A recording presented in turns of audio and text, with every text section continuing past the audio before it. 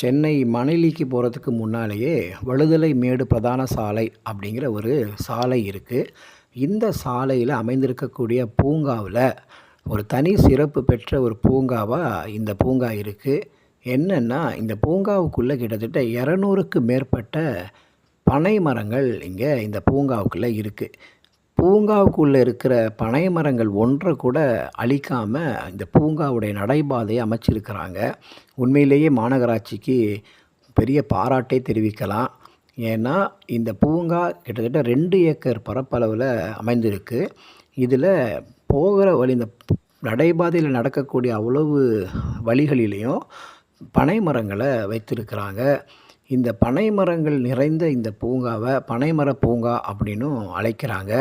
தமிழ்நாட்டில் வேறு எந்த பகுதியிலையும் இந்த அளவுக்கு பூங்காவுக்கு உள்ள பனை மரங்கள் இருக்கிறதா எங்கேயுமே பார்க்கவே முடியாது.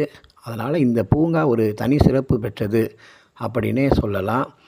இந்த பூங்காவை ஒரு முறை சுற்றி வரணுன்னா 8 நிமிஷம் ஆகுது. இந்த 8 நிமிஷமும் நம்ம நடக்கிற எல்லா இடங்கள்லையுமே பூங்காவில் பனை மரங்களை வைத்து பராமரித்து பாதுகாத்துட்டு வராங்க.